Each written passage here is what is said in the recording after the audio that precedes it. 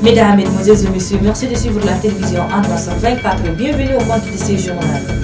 Les rencontres d'échange et d'information du CODNI, entendez Comité d'organisation du dialogue national inclusif, se poursuivent.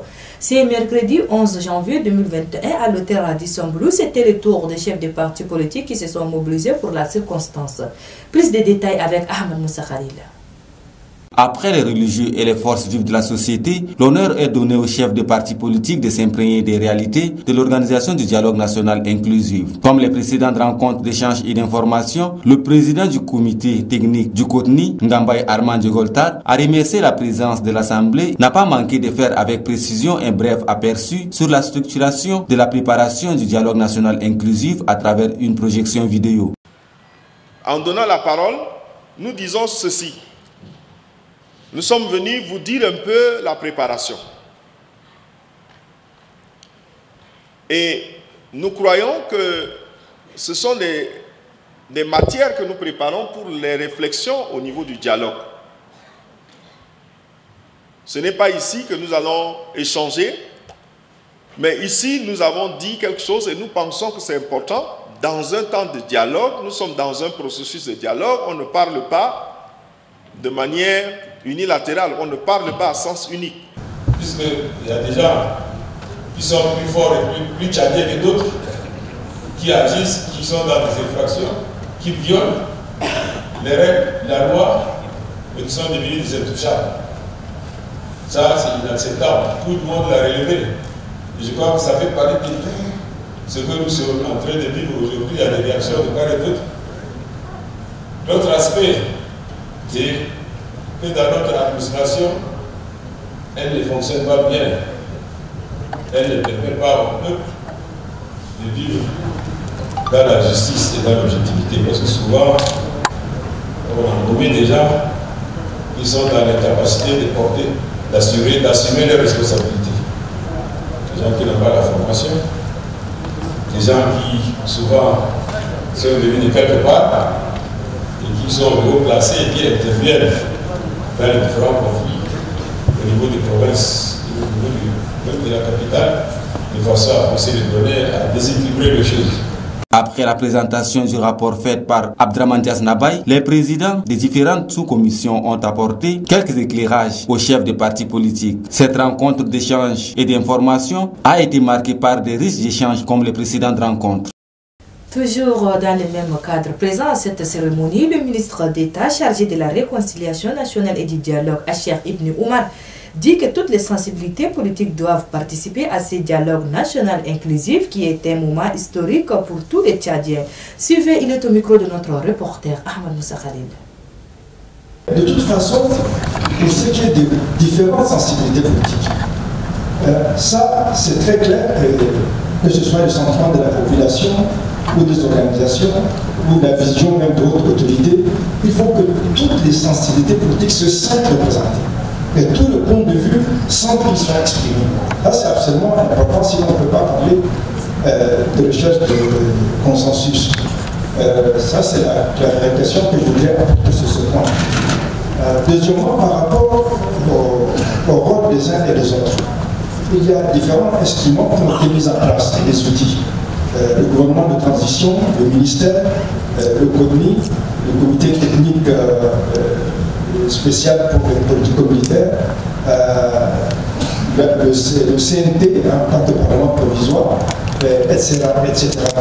Tous ces outils ont des tâches précises pour aboutir au succès de la transition et à des élections transparentes. Donc, le rôle du CODNI, par exemple, c'est un rôle de préparation. Et la composition a été faite, comme vous le savez, sur une base de certaines configurations. C'est vrai, il y a certains courants qui ne sont pas associés, mais bon, ça, c'est vraiment, c'est regrettable. Je ne pense pas qu'il y avait une volonté d'exclusion, mais c'est un problème aussi. Ça fait partie des difficultés de dialogue et il y a la complexité de la situation, mais là aussi, la vision des autorités de la transition et la base sur laquelle nous travaillons au niveau de CODNI, c'est que participer à la transition ou pas, toutes les voix qui s'expriment sur la scène politique laquelle seront invitées et seront amenées à dire le point de vue. Toujours dans les cadres du CODNI, après cette rencontre d'échange et d'information, quelques chefs de partis politiques livrent leurs impressions. Ils sont au micro de notre reporter Ahmed Moussa Khalil. Le peuple tchadien et à tous ceux qui participent à ces dialogues inclusifs, nous disons que chacun doit apporter une contribution, une valeur ajoutée pour un changement du pays, pour qu'on s'inscrit à une autre histoire de notre pays qui doit vraiment avoir d'abord la justice, la paix et la cohabitation pacifique pour qu'un Tchad va être meilleur demain, pour ne pas que la division doit vraiment être hors de ces pays. Et je pense que nous sommes capables d'inscrire une nouvelle histoire du Tchad et que tout le monde doit être vraiment vigilant, doit être prêt, doit être participatif, ce dialogue. C'est un dialogue participatif et que tout le monde doit être vraiment objectif pour un changement et non pour venir perturber encore et repartir encore en arrière. Nous avons déjà assez vécu des mauvais trucs et cette fois-ci, c'est une occasion que Dieu nous a permis déjà vraiment de changer un peu la donne. Et il faut que tout le monde regarde dans le même objectif pour que demain le Tchad sera plus que d'autres pays aussi. C'est une bonne chose. Nous ont présenté la situation. C'est des travaux, des réflexions qu'ils mettront à la disposition de ceux qui vont participer au dialogue. Et c'est une bonne chose. Maintenant, il reste à voir comment ce dialogue va se dérouler et quels sont ceux qui seront invités. Nous déplorons la manière donc le comité de dialogue est mis en place. C'est ce que nous critiquons. Mais on ne peut pas dire que c'est déjà un échec. Mais si cette manière de faire n'est pas rectifiée, ça pourrait conduire à un échec. Tout le peuple demande, n'est pas contre le dialogue, et pour le dialogue, mais que ce dialogue soit bien organisé. Et c'est l'exigence du peuple. Et je partage cette manière de voir. Nous voulons aller au dialogue, mais que ce soit un dialogue bien organisé. Les rencontres d'aujourd'hui, ce n'était pas une rencontre de grand chose. Ils nous présentaient la planning des prochains dialogues nationaux inclusifs qui s'était prévu le 15 février 2021. On nous présentait, c'est-à-dire le plan, en passant par le comité technique, le comité ad hoc, et quelle est la modalité pour faire rentrer au dialogue.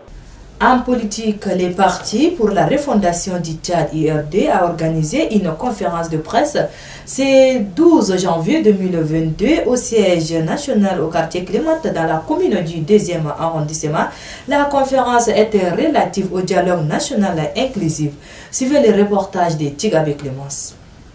Le parti Union pour la refondation du Tchad a animé une conférence de presse dont les questions liées aux préparatifs du dialogue national inclusif ont fait l'objet des discussions. Le président de l'URT, Siddiq Adekerim Aga, invite le gouvernement de transition à impliquer toutes les couches dans le dialogue. Donc, il est tout à fait normal que le gouvernement et les politico-militaires puissent signer d'abord un accord de cessez-le-feu, puissent faire l'amnistie, une loi d'amnistie qui permet à tout le monde, et je dis bien à tout le monde, sans exception, parce qu'il y a une loi qui a été déjà émise, promulguée, mais il y a une partie des politico-militaires qui ne sont pas dedans. Et donc il faut qu'il y ait une amnistie générale qui concerne toutes les parties. Questionnaire posé par les journalistes, les critères de représentativité, la gestion de la transition et l'épineuse question de participation des politico-militaires et la question de révision de la charte de la transition tant réclamée par un certain groupe de leaders politiques et société civile. Le président répond. Pour que tous les biens d'autrui qui ont été confisqués soient restitués. Ça, c'est notre position. Mais maintenant, la restitution, c'est au gouvernement de le faire. Je viens de dire tout à l'heure qu'avec la nouvelle charte de la transition, il faut il faut remettre en place un autre CNT. Et ça, c'est notre position. Ça peut être réajusté, ça peut être revu, le nombre peut être revu, mais tel qu'il est constitué, le CNT actuellement constitué ne peut pas être un organe de la transition comme il est à 100%. Nous ne sommes pas pour la révision de la charte. Nous sommes pour la rédaction d'une nouvelle charte de transition par la conférence nationale souveraine. La révision de la charte, ça c'est les conditions que les autres sont en train de poser. Et moi je trouve que c'est quelque chose de réalisable. C'est dépassé. La charte, l'ancienne charte, ou en tout cas la charte actuelle, a été à 99% déjà mise en place.